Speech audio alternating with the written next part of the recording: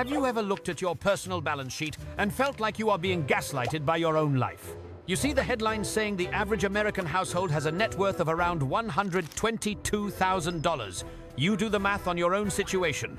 You add up the value of your house. You add up your 401k. You add up your car value. And on paper, you might even hit that number. You are technically worth over $100,000. So why does it feel like you are one bad month away from total ruin? Why do you still stress about the price of eggs? Why does a check engine light still send a spike of cortisol through your veins? You are living in the most dangerous psychological zone in personal finance. You are what I call paper rich and cash poor. You have checked all the boxes that society told you to check. You bought the house. You have the retirement account. You have the degree. But you cannot spend your front porch at the grocery store. You cannot pay your electric bill with your 401k balance until you are 60 years old. This is the great middle-class illusion. We are taught to chase a net worth number that is fundamentally misleading. You are sitting on a pile of illiquid assets while drowning in monthly payments, wondering why you feel broke despite being statistically successful. Today, I am going to rip apart the myth of the $122,000 net worth and show you why aiming for average is actually a recipe for a retirement spent eating cat food. Let us look at where this $122,000 number comes from. According to the Federal Reserve, this is the median net worth for American households. It sounds like a solid number. It sounds like stability. But when you peel back the layers, it is actually a trap. The problem with net worth as a metric for the middle class is that it hides the liquidity crisis. For the average person, the vast majority of that wealth is tied up in their primary residence. They look at their house, which has appreciated in value, and think they are wealthy. But unless you plan to sell your house and live in a tent, that equity does nothing for your daily life. It does not put food on the table. In fact, it costs you money in property taxes, insurance, and maintenance. We have normalized a financial existence where people have hundreds of thousands in theoretical wealth but $0 in actual freedom. This is the house-rich, cash-poor trap. You are sitting inside an asset that makes you look wealthy on a spreadsheet, but your bank account is hovering near zero every single month. And here is the other side of the equation that makes this number misleading. Net worth is assets minus liabilities. You can have a net worth of $122,000 and still be drowning in debt payments. You might have a $500,000 house and a $300,000 mortgage, giving you $200,000 in equity. On paper, you are doing great. But if you also have two car payments totaling $1,400 a month and credit card debt charging you 22% interest, your monthly cash flow is bleeding out. You are technically rich, but operationally bankrupt. The system loves this. The banks love this. They love that you have assets to collateralize your debt, but you are desperate enough to keep working forever to make the payments. You are not building wealth. You are building a cage with gold bars. Now let us look at the numbers that actually matter, because net worth does not pay the bills. Cash flow pays the bills. And the cash flow reality for the average person is terrifying. We know from the Bureau of Labor Statistics that the average household spends about $5,577 per month. That is nearly $67,000 a year just to break even. Now look at that median net worth of $122,000 again. If you try to live off that capital, using the safe withdrawal rate of 4%, which is the standard rule for retirement planning, that nest egg would generate about $4,880 per year. That is $400 a month. Think about that. The average net worth that is supposed to represent financial stability generates enough income to cover maybe 1 week of groceries and a tank of gas. It is mathematically irrelevant to your survival. And it gets worse when we look at what is eating your income. We discussed the car payment trap extensively. The average new car payment is over $700. For trucks, it is often over $900. We see families with 2 car payments sending $1,500 out the door every single month. They justify this by saying their net worth is going up because they are paying down the principal on the cars. This is a lie. Cars are depreciating assets. You are paying interest to acquire an asset that is rotting in your driveway.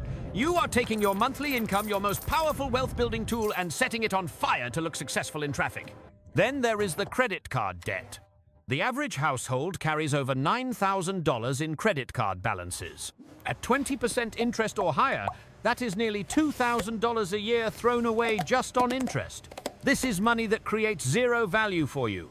So you have this median person with a $122,000 net worth, but their cash flow is negative, their retirement projection is poverty, and their lifestyle is funded by debt. This is not wealth. This is a precarious house of cards waiting for one stiff breeze to knock it over. Why do we do this? Why do we chase a high net worth on paper while ignoring our liquid reality? It comes down to identity and the status game. We have been conditioned to believe that ownership equals success. Owning a home is the American dream. Driving a new car shows you made it. We buy things to signal to our neighbors that we are part of the tribe. We are buying brand names and logos to prove our worth. As we discussed regarding the insecurity tax, people will buy a $200 shirt with a logo instead of a $10 shirt of the same quality just to show they can. They will finance a $70,000 truck they do not need for work just to project an image of rugged success. This behavior is driven by what psychologists call social comparison theory. You look at your neighbor who has the same job as you but drives a better car, and you wonder how they afford it. You assume they know something you do not. You assume they are wealthy, so you buy the car to keep up.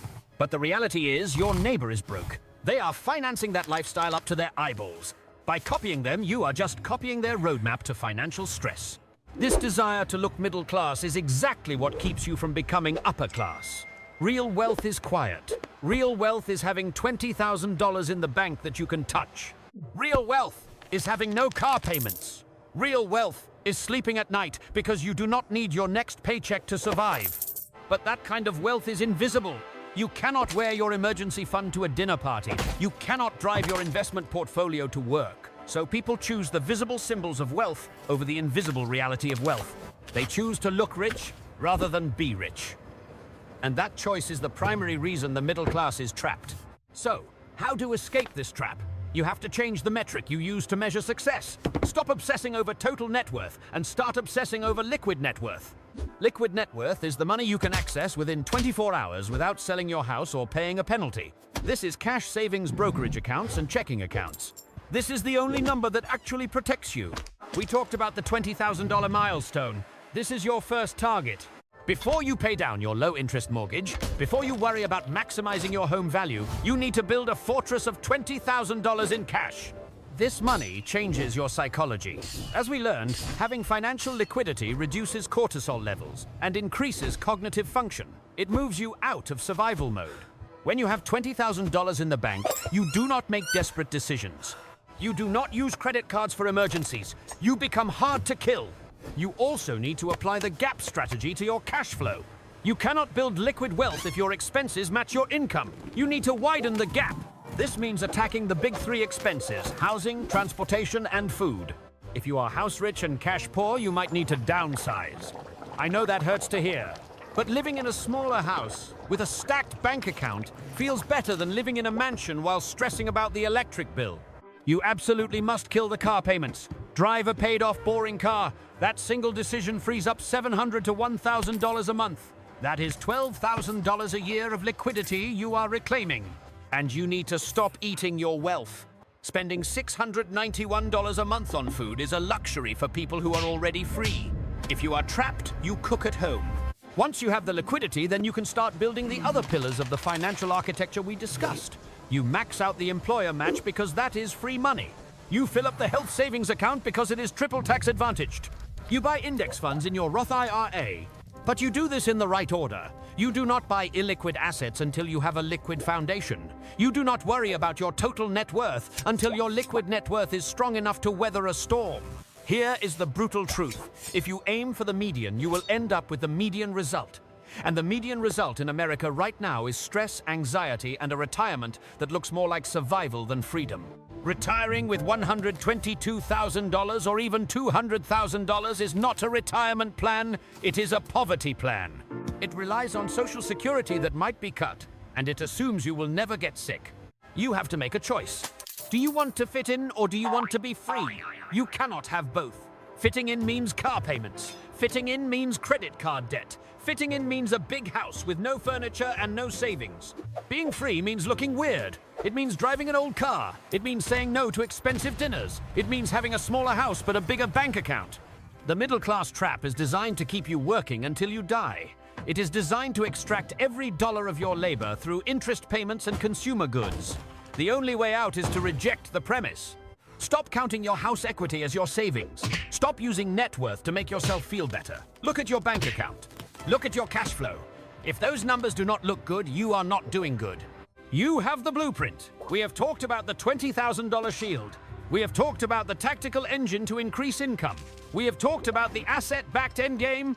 But it all starts with realizing that the average numbers are a lie. Do not settle for a $122,000 net worth. Aim for a liquid freedom that no bank manager can take away from you. The system is rigged to keep you average. Your job is to break the system and build something real.